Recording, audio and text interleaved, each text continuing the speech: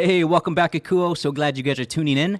I believe this is week 6 of us having services. And if there's anything that I've learned in these 6 weeks is that I love you guys so much and I miss you guys so incredibly much as well. I wish we were all in the same building, singing and praising with our voices united. But there's a second learn I learned too. It takes 6 weeks for me to forget what shirt I had on last time we recorded. So one of these days I'm going to wear the same shirt and you guys will call me out on it somewhere, I'm sure.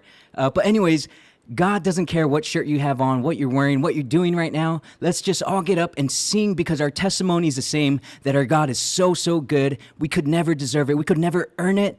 But out of the overflow of his love, he did it for us all the time. So come on, let's sing this together.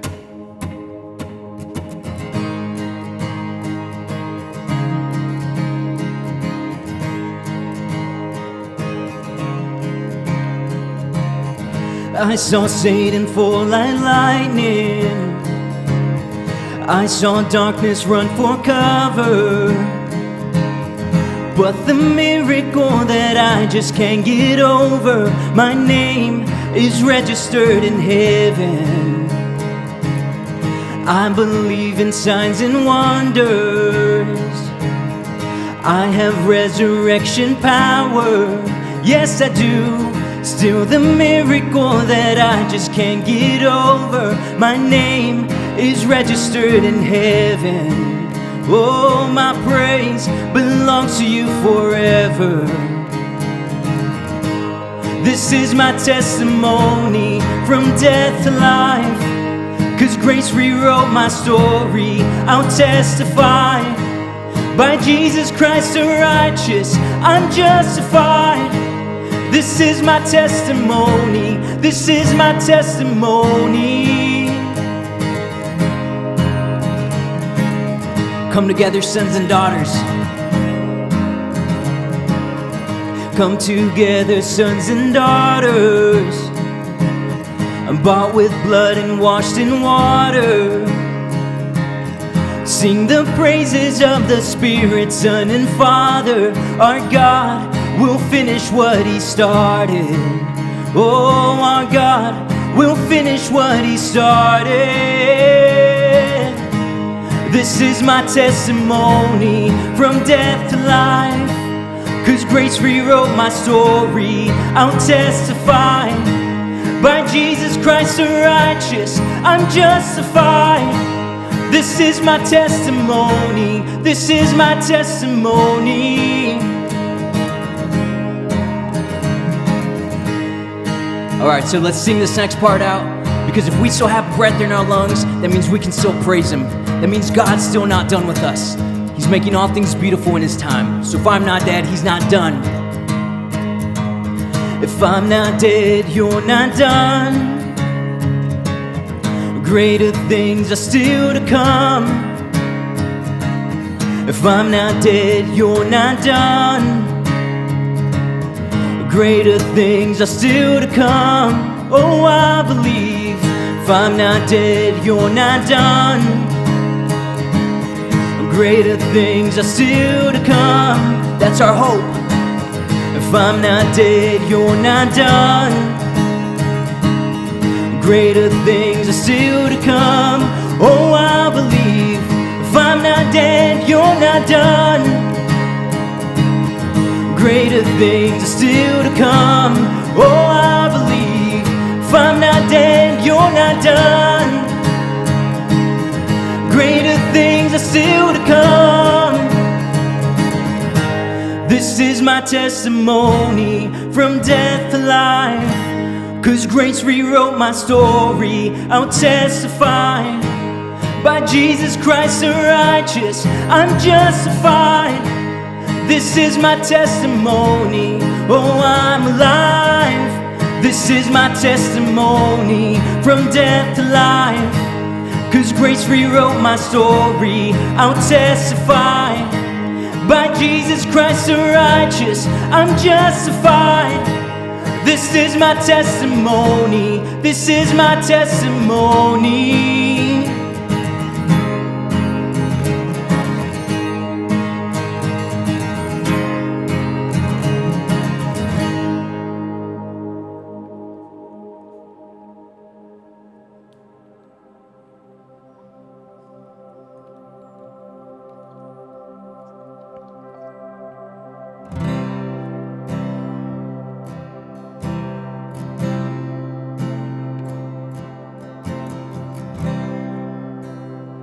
So like I was talking about just before, we all have the same testimony. That's that our God is so, so good. Our God is a pure essence of goodness. He is love. And I want us to sing this out because we could never fully understand just how much He loves us. So let's sing this out. God is love.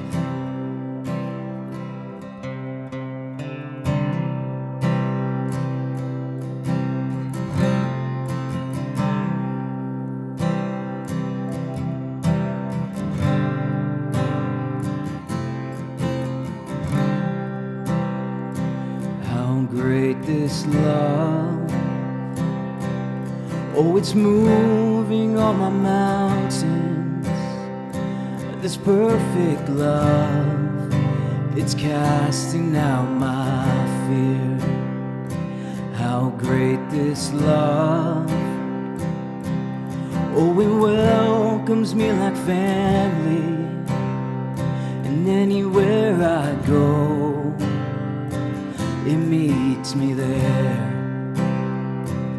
'Cause He is good and He is God, and what I earned is now what I got. And He is just, yet oh so kind. What I deserve is not what I find. What more could I say about Him? My God is love.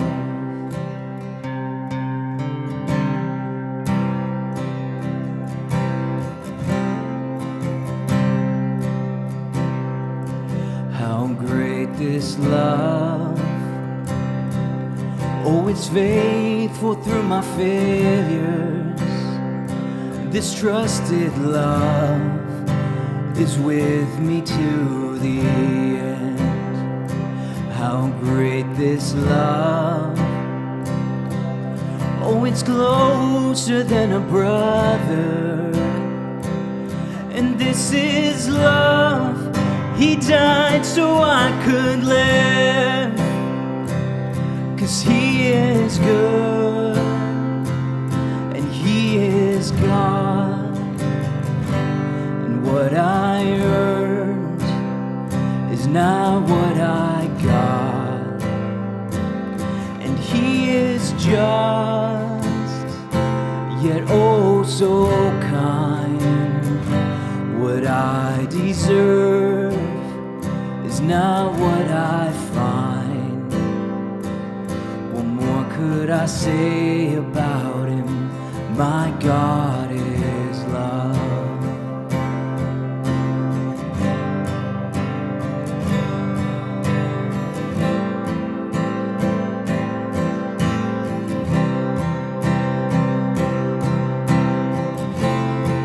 And I know my God is love. I know my God is love. This is enough to know my God is love. I know my God is love. I know my God is love. This is enough to know my God is love. I know my God is love. I know my God is love.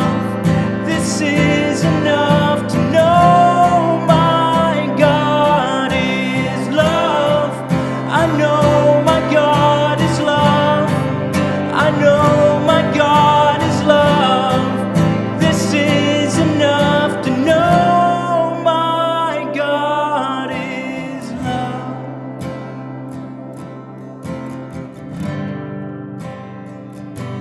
'Cause He is good and He is God, and what I earned is not what I got. And He is just, yet oh so kind. What I deserve it's not what I find. What more could I say about him? My God is love. What more could I say about him? My God is love.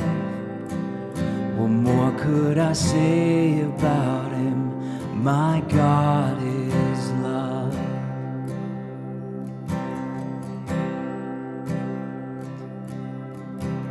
So Father, we thank you so much that your love has a name, that your mercy has a name, that your grace has a name, and his name is Jesus. So the best that we all know how, we choose to look towards him, towards that cross and the blood that he shed. Just out of the overflow of your perfection, of your goodness, you paid our price. So God, we praise you and we worship you the best that we know how today. We pray all these things in the mighty, powerful name of Jesus. And everyone said, amen. You guys enjoy the rest of the service.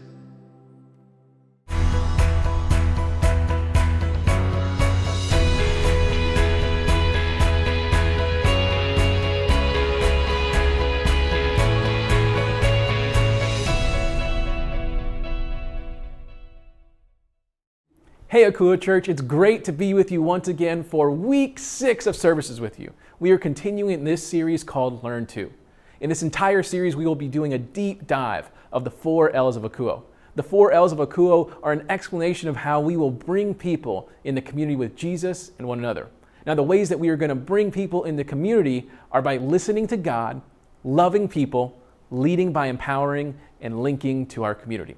We are in the first part of our series focusing on listen.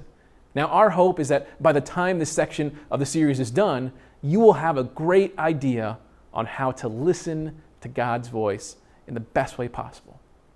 Now, today, I want to break down how we can prepare ourselves to start listening to God. Now, this idea reminded me of my college Bible study group. My sophomore year of college, I got connected to a community group through Bandera Road City Church. Now, at the time, Doug Robbins, who is now the lead pastor at City Tribe, was leading this college group. And when I got there, it was just right. I felt like I just fit in, and everything was great. There was only one small problem. A lot of other people were feeling the exact same thing. And so the group kept on growing and growing and growing. And I remember being in a student apartment for Bible study one night, and there literally wasn't a place to sit.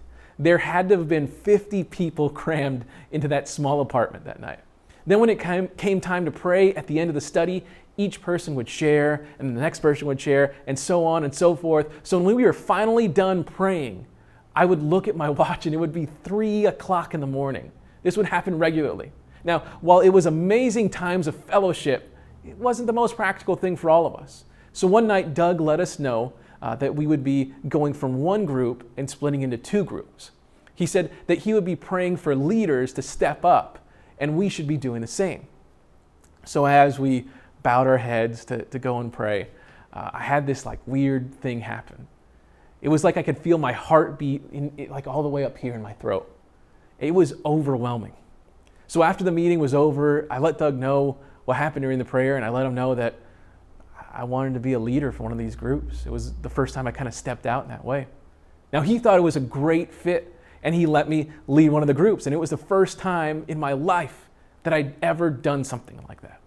Now, looking back on this situation, this was the beginning of everything for my life. This was the start of my purpose. This was the first step in my spiritual journey toward my purpose, to what God had called me to do in my life.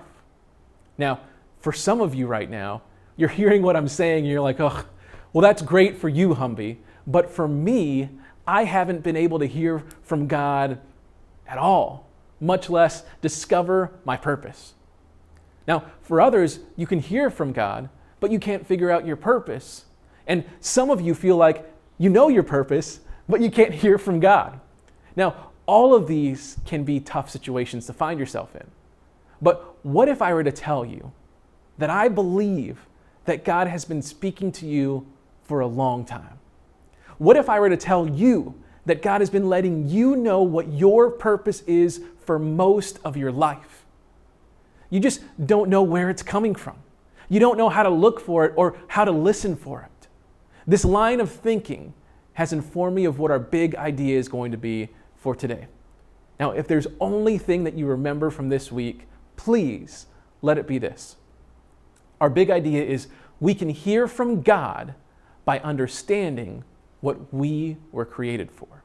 We can hear from God by understanding what we were created for. I believe that God has been speaking to us for our entire lives. I believe that God has been showing up in different ways since before we were even born. I believe that He has constructed us in a way that is so precise, so incredibly unique, that if we were able to stop and take an honest look at ourselves, then we would be able to hear what He wants us to do with our entire lives. We would be able to understand our purpose. And we can see this idea at work in the biblical character of Moses. Now, to give you some context, Moses belonged to the people of Israel, also known as the Hebrews and also called Jewish. Now, before Moses is born, the Hebrews are living in Egypt. However, they are all captured by the Egyptians because the Pharaoh of Egypt could see how much the Hebrews were growing in numbers. And when you grow in numbers, you grow in power. And it was within his own country. So the Egyptian Pharaoh had merciless slave drivers put in charge of the Hebrews. And he had the drivers work them as hard as possible. The Hebrews built cities, mixed mortar, and did all the work in the fields of Egypt. Now, no matter how much work and backbreaking labor the Egyptians threw on the Hebrews, they continued to thrive and grow in numbers. So then Pharaoh made a new decree. When a Hebrew woman has a newborn son, any Egyptian was within their rights to grab that newborn son and throw it into the Nile River. So this is the setting that Moses is being brought into this world. So let's take a look at this story in Exodus 2. There it says, the woman, who is Moses' mom, became pregnant and gave birth to a son. She saw that he was a special baby and kept him hidden for 3 months. But when she could no longer hide him, she got a basket made of papyrus reeds and waterproofed it with tar and pitch. She put the baby in the basket and laid it among the reeds along the bank of the Nile River. The baby's sister then stood at a distance, watching to see what would happen to him. Soon, Pharaoh's daughter came down to bathe in the river, and her attendants walked along the riverbank. When the princess saw the basket among the reeds, she sent her maid to go get it for her. When the princess opened it, she saw the baby. The little boy was crying, and she felt sorry for him. "This must be one of the Hebrew children," she said. Then the baby's sister, Moses' sister, approached the princess. "Should I go and find one of the Hebrew women to nurse the baby for you?" she asked. "Yes, do," the princess replied. So the girl went and called the baby's mother, Moses' mom. "Take this baby and nurse him for me," the princess told the baby's mother. "I will pay you for your help."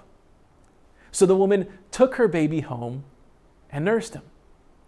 Later, when the boy was older, his mother brought him back to Pharaoh's daughter, who adopted him as her own son. The princess named him Moses, for she explained, "I lifted him out of the water."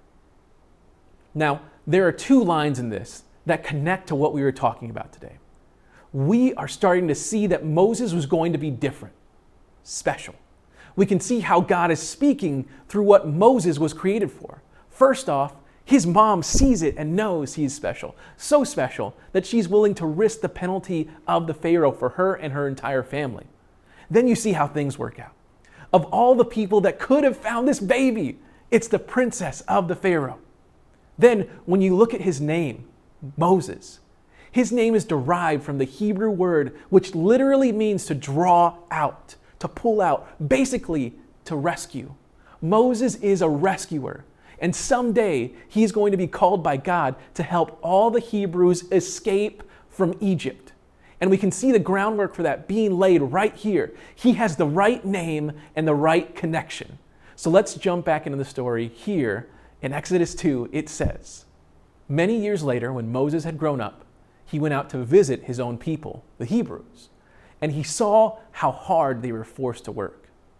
During his visit, he saw an Egyptian beating one of his fellow Hebrews. After looking in all directions to make sure no one was watching, Moses killed the Egyptian and hid the body in the sand." So let's stop right there. Moses is now a grown man and sees an injustice happening right in front of him. He sees one of his people getting beaten by an Egyptian. So what does Moses do? He does what he was created to do. He rescues his people. He draws them out of the situation they are in. Now, there was something inside of Moses. There was something about the way that he was put together that wouldn't allow him to watch one of his Hebrew brothers get beaten. And we can see what God spoke into existence with Moses by seeing what he was created for. However, the way Moses does it isn't the right thing. We can tell that right away when he looks around in all directions to make sure no one was watching. He knew what he was going to do was wrong. Now let's jump back into the scripture to see how this all works out for Moses. Going back to Exodus 2, here's what it says. "The next day, when Moses went out to visit his people again, he saw two Hebrew men fighting. 'Why are you beating up your friend?' Moses said to the one who had started the fight," rescuing once again. The man replied, "Who appointed you to be our prince and judge? Are you going to kill me as you killed that Egyptian yesterday?" Then Moses was afraid, thinking, "Everybody knows what I did." And sure enough, Pharaoh heard what had happened, and he tried to kill Moses. But Moses fled from Pharaoh and went to live in the land of Midian. Moses thought he could show up to work the next day like it was no big deal. He thought he could take care of this Egyptian and no one knew about it. But that wasn't the case. Not only that, but the people that he was standing up for, the Hebrews, his people, are now the ones that are rubbing it in his face. Now, Moses' reaction went way too far. And because of that, Moses had to move. Moses reacted to the right thing, but he did it in the wrong way. He moved towards what God had created him for, but it just wasn't how he was supposed to carry it out. And because of this, Moses flees to the land of Midian. Now, something similar to that happened to me. I was pulled into a position, a spiritual leadership, before I could even legally drink a beer. And God was preparing me for these days that I'm currently in all those years ago. He was grooming me for my purpose. Now, I can see that now, but I couldn't see it then. I felt like my calling, my purpose was this television thing. I felt like I was destined for the bright lights of SportsCenter and not streaming sermons of ministry. Even though our groups had grown from 2 to 4 and it had grown into a full-blown college ministry that would meet once a month and I was leading, I left it. I packed my bags and I went to Laredo for my first TV job. Just like Moses, I left my calling for something else. But here's the thing. It doesn't matter how much we run. God still needs us to fill out our purpose. Let's look at what happened to Moses in Midian. There it says, "When Moses arrived in Midian, he sat down beside a well. Now the priest of Midian had 7 daughters who came as usual to draw water and fill the water troughs for their father's flocks. But some other shepherds came and chased them away. So Moses jumped up and rescued the girls from the shepherds. Then he drew water for their flocks." So let's stop there. No matter where Moses goes, there he is. Now, what I mean is that no matter what the setting is, no matter where he ends up, Moses is still going to be Moses. It doesn't matter if he's in Egypt or Midian. It doesn't matter if Moses is walking around the palace of Egypt with his adopted mom, the princess, or if he's sitting down next to a well in a small town. Moses will always draw people out. Moses will always be the rescuer. And I think it's the same for us. It doesn't matter where we go or what we are doing, we will always be what God has created us to be. The same thing happened to me. When I got that first job in Laredo, there were people that I would talk to about Jesus. I'll never forget one of the times that one of the girls I worked with was talking with me and was just baffled at how I carried myself. One day she asked me, "Why are you always so happy and in such a good mood? Like, what's your deal?" And it was through these questions that I was able to share what I believed, that I was able to share what brought me hope and happiness in this life. I was able to help lead people spiritually in a place that wasn't very spiritual. Then you fast forward to a few years later. I'm working here in San Antonio, and I have a good friend who is struggling with his wife in an incredibly tough situation. Multiple times I got to share my faith, and I got to pray with him about what he was dealing with there in the television station. Now, I have so many more stories that I could share with you like this. It doesn't matter where I go or what I'm doing. I'm always called back to the same thing. And when I'm able to look back on my life and look at the things that have continued to come up time and again, it's like I can understand what God has called me to. Through that understanding, I can hear Him better for what He wants me to do going forward. Remember, we can hear from God by understanding what we were created for. Guys, I want you to be able to do the same thing.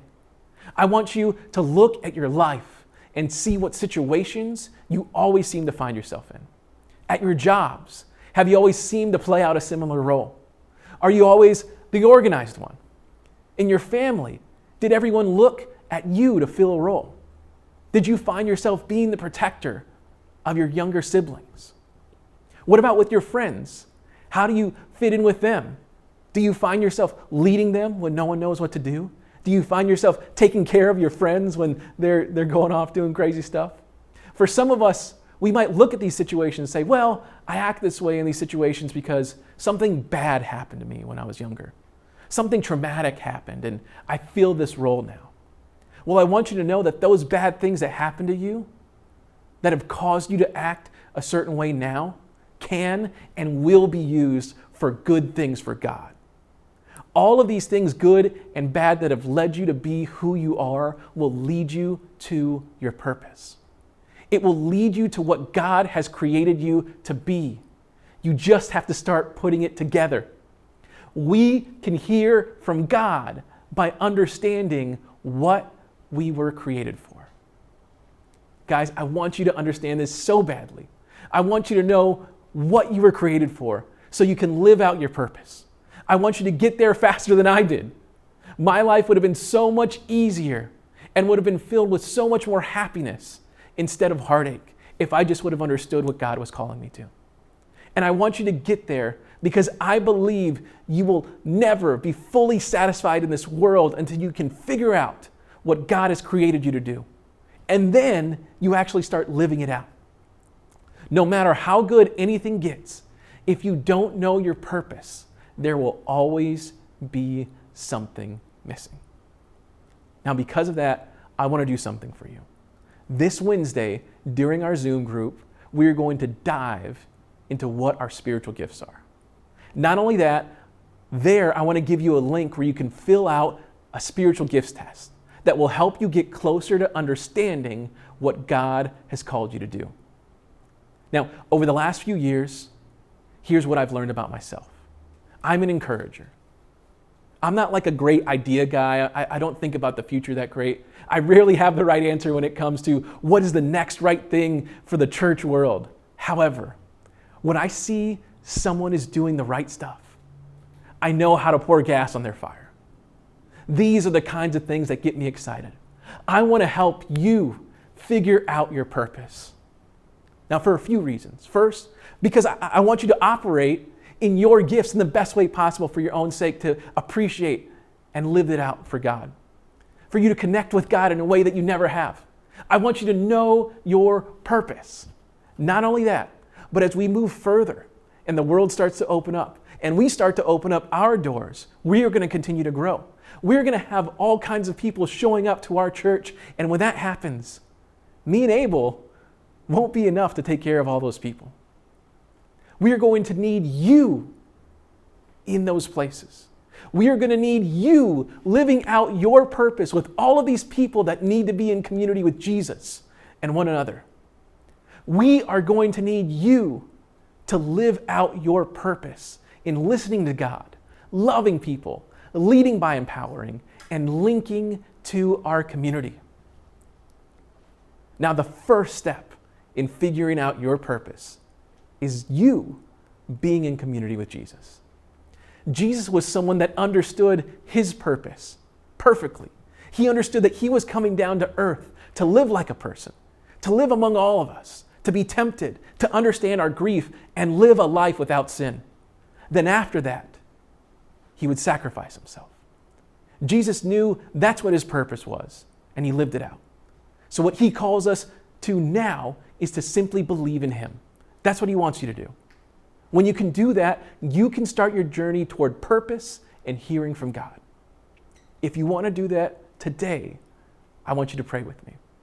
So I'm going to ask that everyone watching right now bow their heads. Whether you're in community with Jesus already or not, or if you just want to start today. I want everyone to know that here at Akuo Church, in this community, you will not pray alone. So we will all be praying together. Some of us will be praying this for the first time, this prayer for the first time, and some of us have done it before. Either way, I want you to pray something like this. Jesus, I don't know that much about you, but something brought me here right now. I can't fully explain it, but I want you in my life. I know I've messed up and I'm sorry, but right here, right now, I'm saying that I believe in you. I believe you died on the cross for me. Today, I give you my life. Help me chase after you in the best way possible. Amen. Now, if you just prayed that prayer for the first time, I want you to know that I'm so proud of you. God is so proud of you. All of heaven is proud of you. In Luke 15, Jesus says that all of heaven is celebrating the decision that you just made. So is all of Akuo Church. Guys, this is the first step to the rest of your life and to the rest of your eternity. So if you're excited about this, I want you to comment with some confetti or fireworks or something in the chat room right now. We want to celebrate the decisions that have been made today. Now, if you just prayed that prayer for the first time, we want to help you on your journey of faith. So if you just prayed that prayer, what I want you to do is send us a message on our social media. And we want to help you walk through this season by connecting you to a good community that's going to love on you and help you grow and give you a good direction. Now, if you've been a believer, whether it's been for the last 50 years or the last 15 seconds, it just happened, and you want to start hearing from God, or you want to start seeing what your purpose is on this earth, I want you to pray something like this with me. And we can go ahead and bow our heads once again. Jesus, thank you for your sacrifice. Thank you for being the best example of living out your purpose. Jesus, let me hear your voice better. Help me tune into your voice. Show me all the ways you have been talking to me for my entire life. Show me the patterns that I am missing. Help me understand my purpose in this world. Let me know where you need me and what you need me doing. Thank you for everything. And we pray this in the name of the Father, the Son, and the Holy Spirit. Amen. Well, thanks for being a part of our service here at Akuo. I want you to know that if you need anything at all, don't hesitate to message us on our social media platforms, or you can go to our website, akuo.church. That's akouo.church, and you can contact us. Also, since we are a totally digital church, you guys can help us grow digitally. There are a few very easy ways that you can do that. The first thing you can do is share this video on your social media, or you can just send a link to someone that you know needs to hear this message. Another thing you can do is like or subscribe to our YouTube channel. We also have an audio podcast happening every single week. All you have to do to find it is search for Akuo AKOUO, on Apple Podcasts, Spotify, or SoundCloud, and then you just subscribe to it. By doing this, you will help us get these messages out to more people than we have ever been able to imagine. Next, I want to talk about how we practice generosity here at Akuo. What we do is practice the biblical method of giving called tithing, which means giving a first fruit 10% offering to the storehouse, which is your local church. Now, we believe when you trust God with anything in your life, whether it's your family, your friends, your job, there is a blessing. And we believe that it's the same with your finances. Now, I'm not going to say that you're going to end up with like a helicopter anytime soon. But if you do, after you tithe, let me know. I want to go for a ride. But you will receive a spiritual blessing from God if you trust Him with any aspect of your life. So we don't want you to miss out on this blessing financially. Now, you can tithe here at Akuo by going to our website, akuo.church. That's AKOUO.church, and by clicking on the giving link. Now, just so you know, we are generous with our money as well. We are doing everything we can to take the money that you give to us and reinvest it in our community. We are working on different things to help out different ministries and groups in our area right now, whether they're folks that are in school, students, teachers, or folks in the business community. Now, in the coming weeks, we want to expand how we are linking to our community. And we have ideas on what we want to do. But if you have any ideas on how we can link with people, please reach out to us. And we can get those things started as soon as possible. Now, one last thing. Each Wednesday night, we have a Bible study through Zoom. It's a time where we all get together online. Abel will lead us in some worship music. We read through the Bible and pray with one another. Every single week, guys, it's a lot of fun. And like I said, this week we're going through our spiritual gifts, and we would love to see you there. The link for the Zoom meeting is posted on all of our social media right now. Now, next week, we're going to continue our series, Learn to Listen. And we are going to finish up with the story of Moses, right? We got the first half of it. Now we're going to get the end of it. When he gets married, starts a family, and builds a new life for himself. At that point, he was no longer Moses, the miracle child who escaped genocide, or Moses, the prince of Egypt, and he for sure wasn't Moses, the murderer, when he was there in Midian. At this point, that we're going to talk about next week, he was only known as Moses, the shepherd. However, God had other plans for Moses, and you don't want to miss what we're going to talk about next week. All right, guys, that is our 6th service. I want you to know that I love you, and I'm praying for you each and every week, all week long. So before we go, let me just pray for you one last time. Jesus, thank you for this day. I ask that as these folks click off their computer, turn off their TV, and put down their phones, that they would be in your presence. I pray that they would feel and hear and know you better than they ever have before. Jesus, I pray that they would understand their purpose in a way that they never have. We thank you for who you are and what you have done. Jesus, we love you. Amen. All right, guys, that's it. We'll see you on Wednesday.